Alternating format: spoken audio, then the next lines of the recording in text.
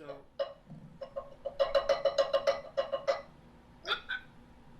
yeah.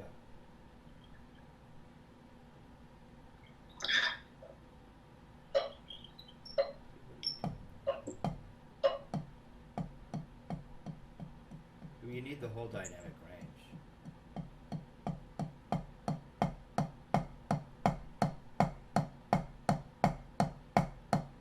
And you've got to be able to have the whole dynamic range, you see. So just playing loud for the sake of playing loud, I mean, we need to know the full range of dynamics. And so to only focus on mezzo to triple forte and not understand how to come down to pianissimo leaves you with only part of the technique, right? So when we're looking at this thing, we want to understand it holistically. So let's just Dick and excuse me, Murray, Martinez. The gig is, this technique is about marching through stick control, you know, and Dick might not spend a lot of time on theory, some time on theory, but he just wants you to get through it and understand what's going on, start to get a feeling for the combining of strokes, singles and doubles and flams. So it's really important, and with your teaching as well, that you get through stick control. Okay, so let's pull out stick control, page number 5. Page number 5, metronome on at 72. Typically it's 72 to 80, at least that's what Dick has marked here. Murray has me at 80 to 84. It's interesting, isn't it? Because he was in LA. Not true. They had occasional metronome discrepancies. Or I guess sometimes Dick would say, that's just a fantasy. It might only be 2 more clicks, but so there are parameters to these strokes, right? Okay. Now what we're going to do is start with at the beginning with exercise number 1, and all we're doing is turning our wrists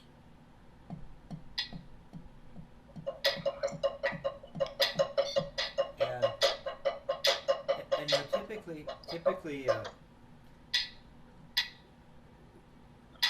I went through stick control at least once with Dick, and he would have me somewhere in here. It wasn't a really big wrist turn. So we don't want to be experiencing that mezzo forte or forte. Okay? So let me hear you play that. These are 16th notes. Well, it's cut time. What? It's cut time, so you're playing 4 notes per click. 4 eighth notes per click. Yeah.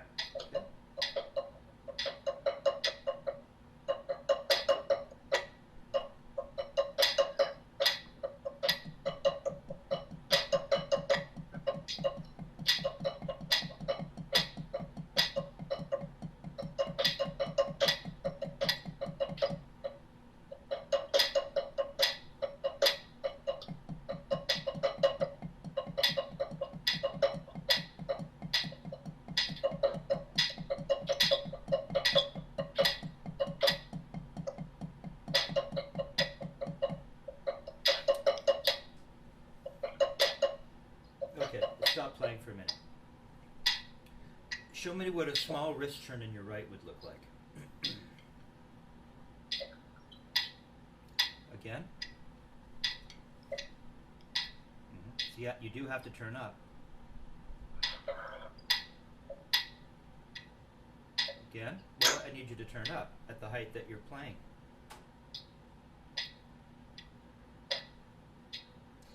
So it's what I've seen since the beginning of today, where you seem to have some kind of finger thing happening. It seems to me. When you were playing real loud, I saw a lot of fingers, and when you were only turning this eye, I'm seeing what is perhaps a little squeeze. That's not what we want. We just want to turn the wrists. Yeah, you're not going to have that much play. Just turning your wrists, not going very high. You see it can come up and down. At this height, I'm not feeling very much rebound from the surface. I just keep lifting it up and turning again. Okay. Yeah, see, there's less to do than you thought.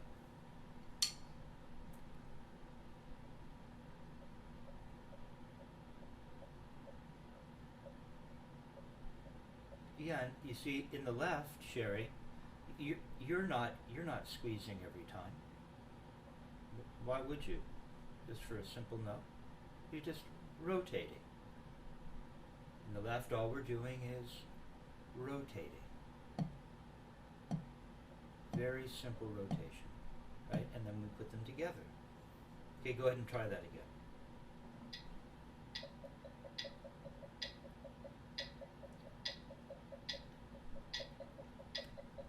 They sound more even now, don't they? Notice? Okay, now let me hear exercise number 2. It's the same thing, only starting left.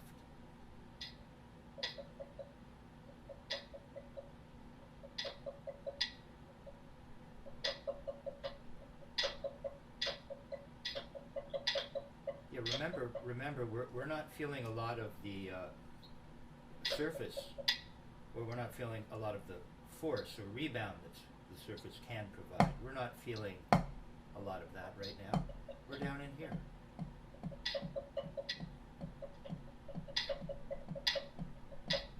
That's it. So the left is coming up to come down every time. At this point now, your left, interestingly, when you led right, it seemed as though your left was fine, and then as soon as you started leading left, you started kind of bouncing and searching. It's a very simple rotation.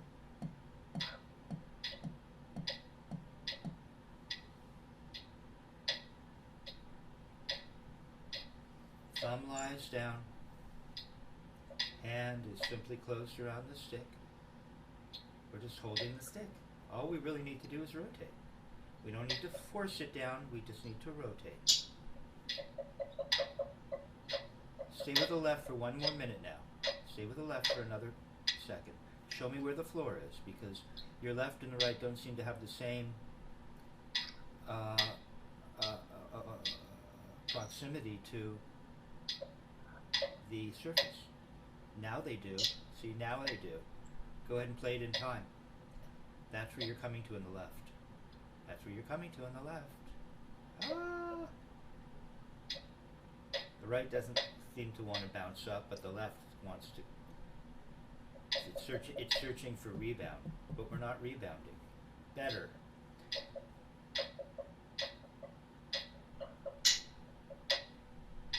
Okay, so, all right. So now, exercise number 3. Now we are feeling some of the rebound from the surface. We're allowing the stick to rebound. Typically, that's how we would work on stick control. You can play stick control on the wrist. Apparently, Murray did teach it on the wrist. Some old student of his, I understand, mentioned that.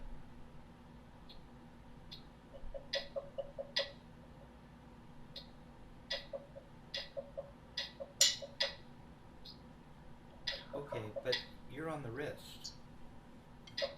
Now I can't get you to take advantage of the surface, right? If we're just turning our wrists, right?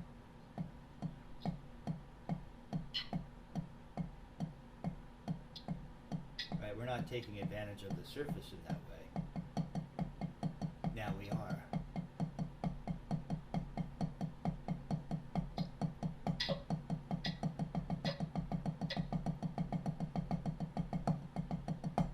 You see, now we are.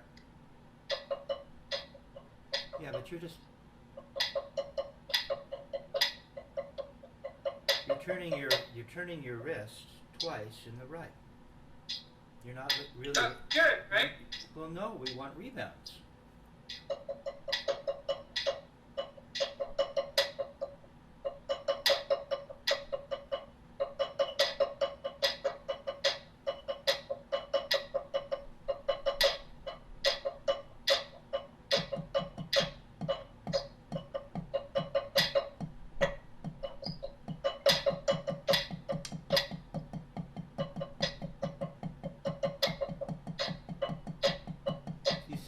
See how bouncy it is, Sherry? Watch. You see, it's just two of those. It's just two of those. Okay. Give me more rebound. How many are there? Better. You see, to accomplish that, you have to have what is an understanding of how this will work.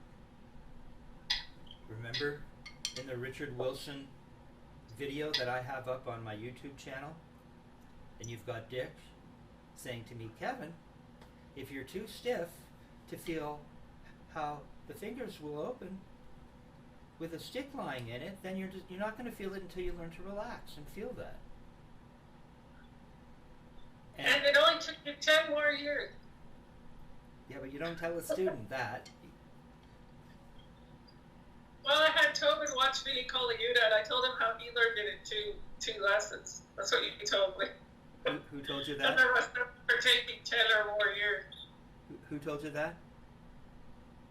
That was you who told me Vinny did it in 2 lessons. Oh, I did? I don't know about that, but some do get it faster than others. Remember the famous, very poetic line? Dick would say, 15 minutes, 15 years, or forever. I said, don't say that. Well, Okay. like this, I showed him your video, and then I showed him Vinny Calahuga. Well, Vinny... And look, Kevin's in this whole thing, right? Vinny is a meticulous player and a genius, and so, you know... But you can see the school of thought is similar, right? You can see... Well, I did talk to Vinny, and I asked him about what some drummers may have mentioned to me about them thinking that his approach was eclectic in terms of the technique, and he said, no, I'm doing what Richard Wilson showed me. I'm doing exactly what Richard Wilson showed me. That was his response. So let's take a look at what we're trying to do here. See, we're looking for this part of it, which you don't have when you turn twice, you see. What we want is this. See, and there's a bunch of rebounds there. It's letting the stick lie in the hand and feeling what Dick said. Now, we're not going to open up that much because the stick would fall out, right? But we're cognizant of this existing. The bend of the wrist motivates the opening of the fingers. And coming back, they contract, the fingers do. Okay? So we want to feel this. Richard Martinez showed me this over and over. See, this is a really important thing. Okay? Yeah, that's what you need to feel so that you can actually get that stick to rock over the fulcrum. It's laying in the hand. You can feel primarily it's rocking over the middle finger. First finger and thumb are a guide. And if we want the stick to rebound, we actually have to, Martinez calls this a follow through. And as soon as you stop following through and bring the stick back off the surface simply by allowing the fingers to close as you bring the wrist back to the neutral position, which is what we call the floor, right? And then you'll get the number of rebounds that you request. We just want 2 of these. We don't throw the fingers open. We don't hold it rigid. We allow the fingers to do what they do naturally. Okay? So go ahead and play it again. Let's take a look.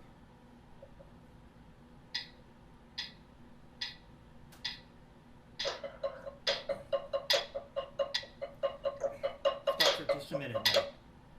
The other thing that Dick Wilson would say is don't play the first note too hard. You see, which is why I don't have you turning too high for these stick control exercises, particularly here on page 5. Because if you make the first note too loud, they can't be even. You see, so we don't want the first note to be too loud. Now on the left, you see, now we're allowing that stick to rock over the fulcrum, which is the crotch of the thumb. Trying to get it to land twice in the same place. The first finger, as Dick Wilson would say, just lies on the stick like a feather glued to it. Now the other thing that's really important, remember, is, as Richard Martinez describes, you're holding the stick between the carpal bones, right? And it doesn't mean that you're grabbing them because I'm supposed to grab them with the carpal bone. It just means that you recognize that these bones come in and secure the stick, or holding the stick. As Richard Wilson would say, the thumb lies on the stick and is firm, comfortable, and constant. Okay, and then the gig is to simply rotate.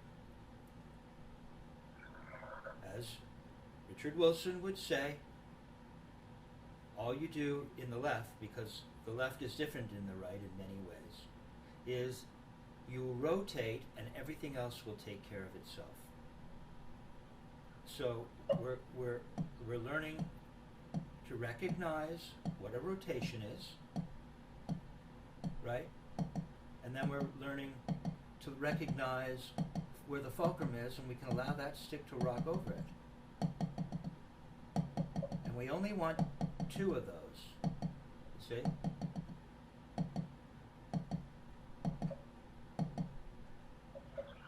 And there we are, back at the floor. Rotate, don't do anything. Don't make the first note too loud. We're not turning higher than we did before. Okay, now see if you can put those together.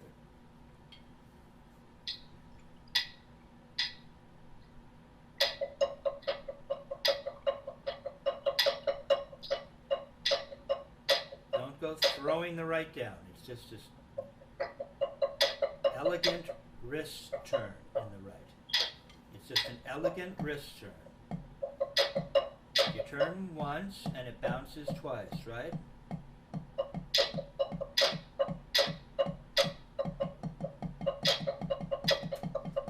See how I'm not slamming it down?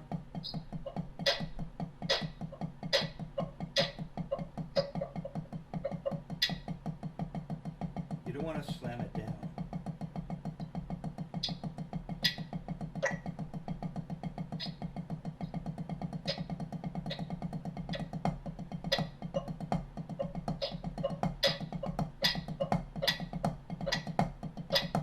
Nice and relaxed.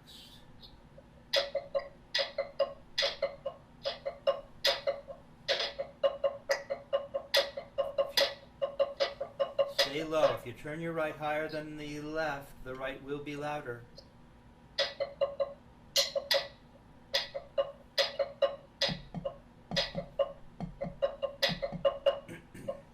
Okay.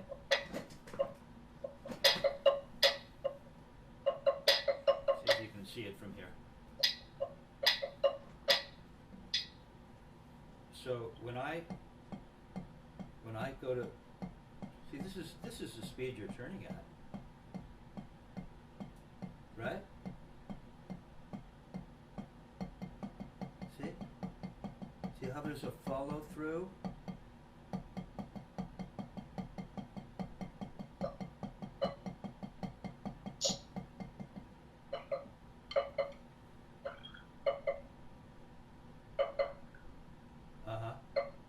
Okay. So remember, you don't throw your fingers open. You simply allow the fingers to open from the wrists. Okay? Let me hear multiple rebounds turning from that. No, you see, you immediately turned higher. Can't you get multiple rebounds turning that high? There you go. See, now your hand opened up. So you don't have to get a lot of force to make available multiple rebounds. Okay? Let me hear it one more time. I want you not to go turning higher in the right than the left, and then not allowing the hand to open. Yeah, like extension cord. Yeah. My phone is dying. Please. Okay, well, you're losing it in the right. If you don't maintain your concentration, your focus.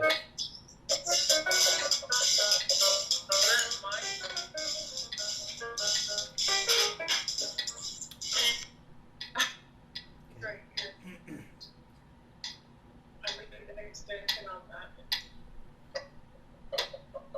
You taking a little break?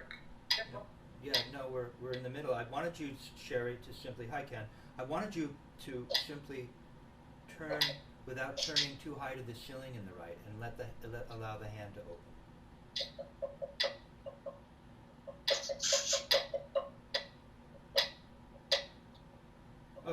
Okay. So let's go on to let's move on right now to exercise number 5. Let's take a look at that paradiddle. Watch my drinks.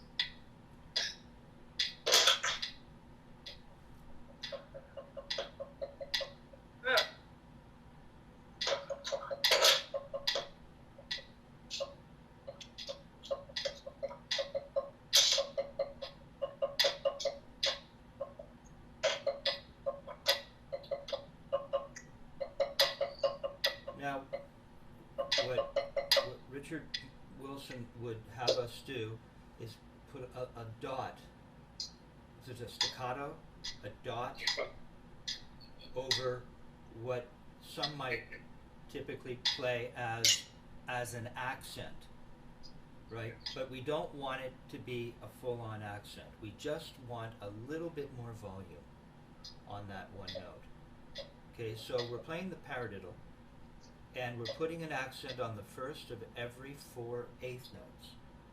Okay, but it's just a small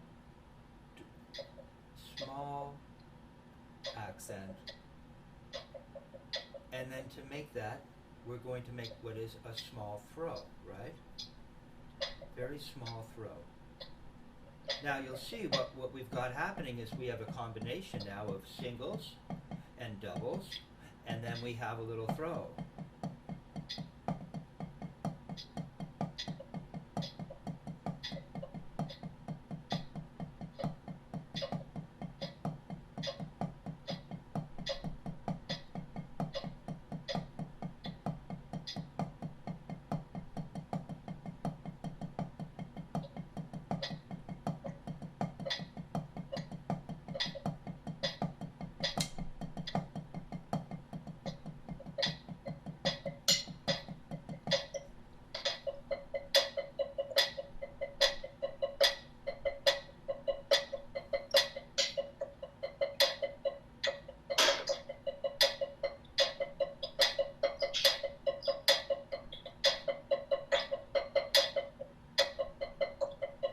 Where's your left stopping?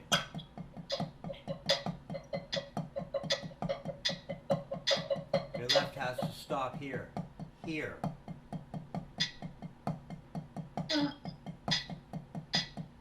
Here. Here. Here. Here. See, it's the firm attack, not loud. It's firm. You see? It lands and stops here.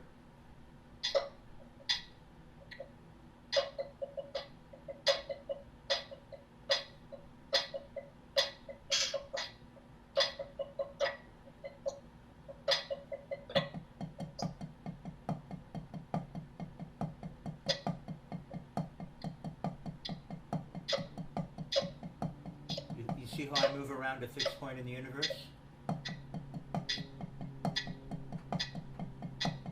You see how I'm moving around a fixed point in the universe? You see?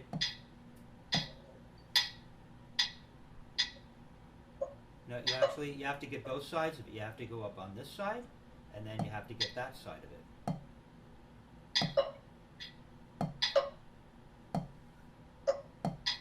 So we get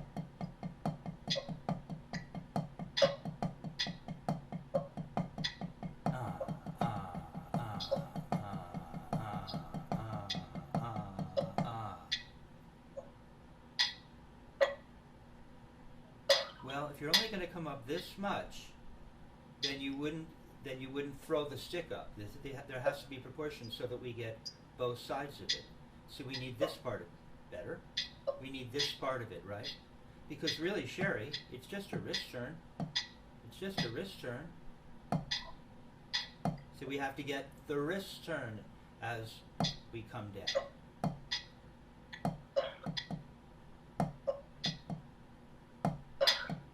See?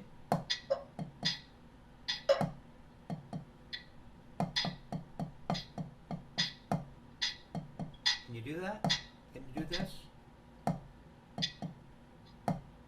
You got a jazz gig on Sunday. You need to know how to do this. Can you hear the cymbal time? It's down and then 2 up.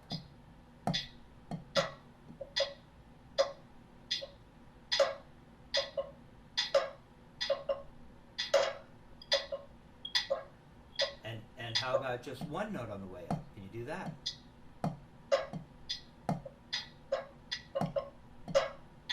How about 1 note on the way up? Because isn't that what's happening in a paradiddle?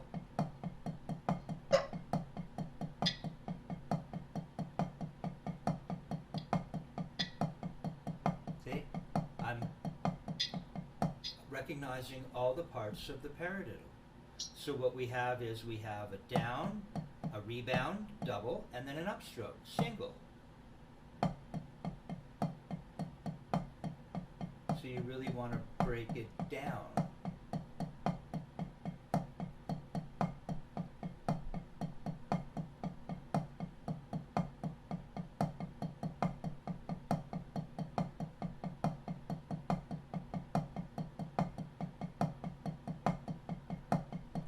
Up, down, double. Up, down, double. Up, down, double. Up, down, double. Up, down, double. And the right. Down, double. Up, down, double. Up, down. You see? Let me see it. All of those motions have to be complete. And they're all distinct from one another.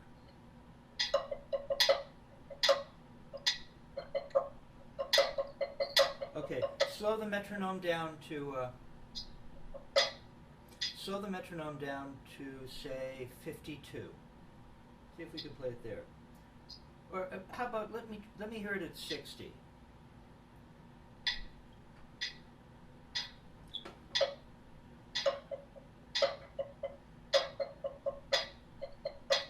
Okay, now put your left on your thigh.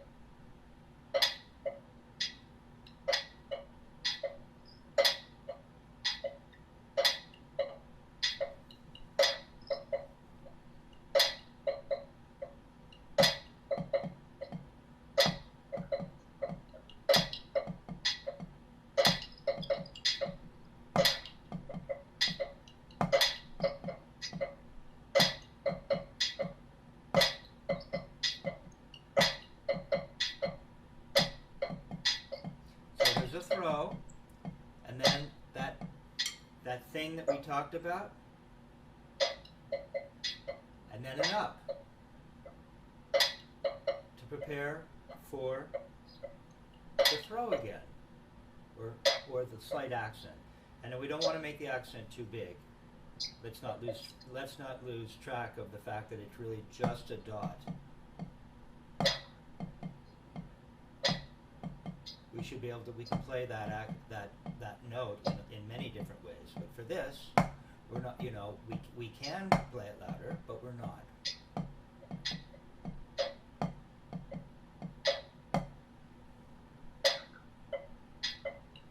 Okay, now let's put the right on the calf and put the left on the surface. Right? We have to have all those parts, the throw. Now for the left, we're not going to be doing this whole thing and comparing it to the right. All we're going to do is rotate and stay at the surface long enough for two notes. We're just rotating and staying at the surface long enough for two notes. And then we play her up and we make our throw.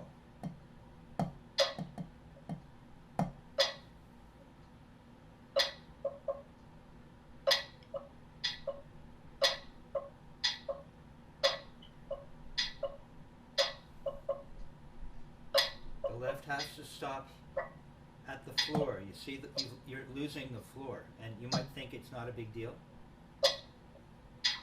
But when we're making these motions that are very small, we really have to know exactly where the floor is so that we can rotate up and down. Also rotate so that we always know where that floor is, where we always come to.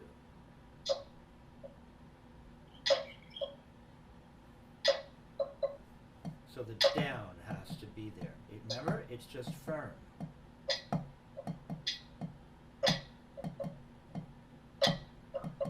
You're not stopping the beat down, Sherry. There. Isn't there, you see? Let me talk to you. And Martinez is quick to point this out. In the left, which is different than the right, there is a rotation. Okay? When we go to play an up motion or an up stroke, then it starts to become like the right. That's when as Richard Martinez has pointed out, that's when there may be a comparison to be made. Right. Where the two can be conflated that way. Because we're going like this. Oh, so see, there is some kind of closure. So why would the stick bounce up? Okay. Now in the right, we're feeling something similar. You see, because it does that. It does that. See how the hand open and closes, just like the left open and closes. See how they're the same. But when it comes to turning, rotating and turning, they're different. They feel very different. Okay, so we need you to feel the closure of the hand. You're not feeling this to this.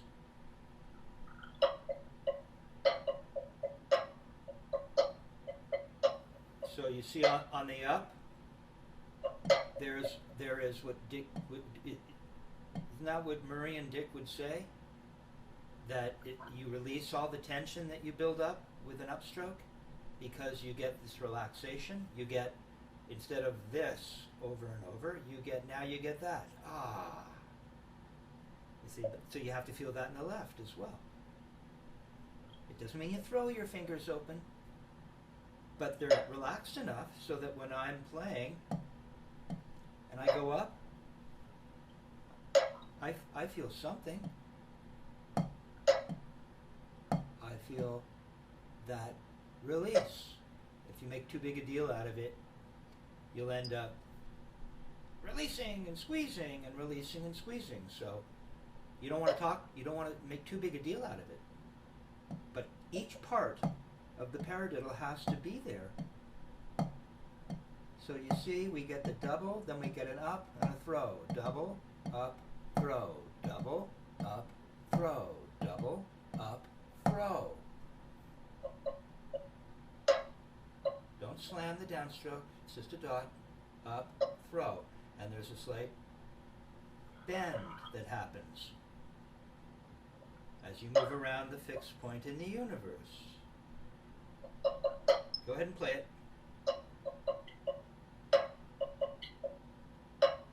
There you go, you stop down.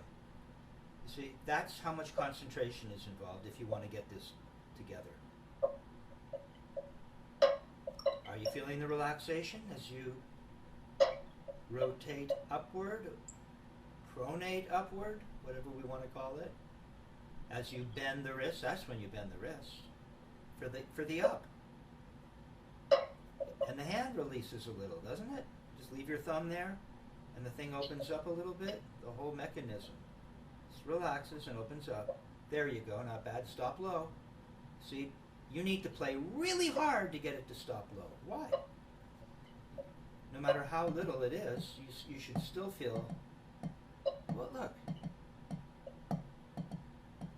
All the pieces are there, even at this volume. You see? See it? Look. Look, it's tiny. It's all here, you see? I'm feeling a little release. I'm feeling a tiny release. And I don't stop. Why would I suddenly stop up here somewhere, or here, or anywhere but here? There you go. See how important it is to learn how to not only play loud? Okay, put them together.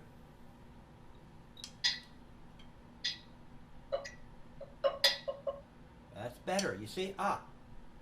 Both hands made the same, maintained the integrity of each part of it is a three-part motion.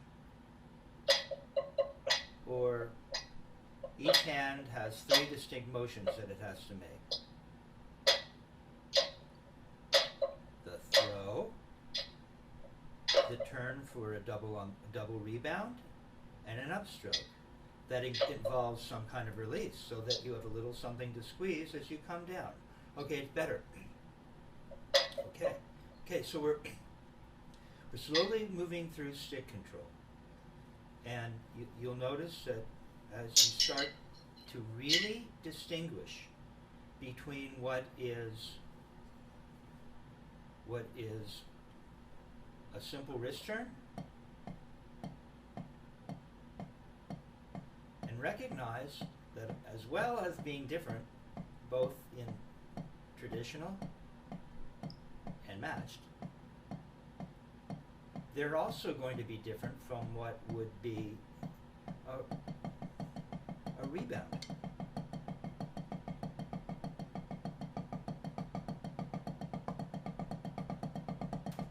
And to learn how to play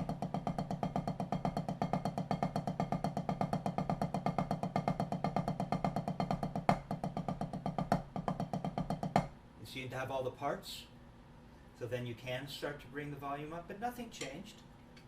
I was still just turning, rotating, making an upstroke, feeling some kind of release in both hands, so that when I come down and make my blow, as Murray used to say, I have something that I've released so that I have something to squeeze.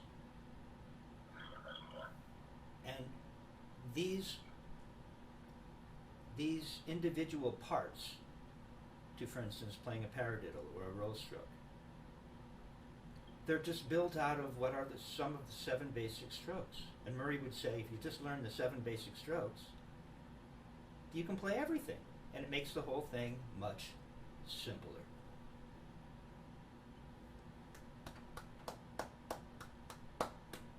Okay? So your paradiddle's starting to come along. That means your roll strokes are going to come along. Means everything will come along. All right, Sherry. Good job.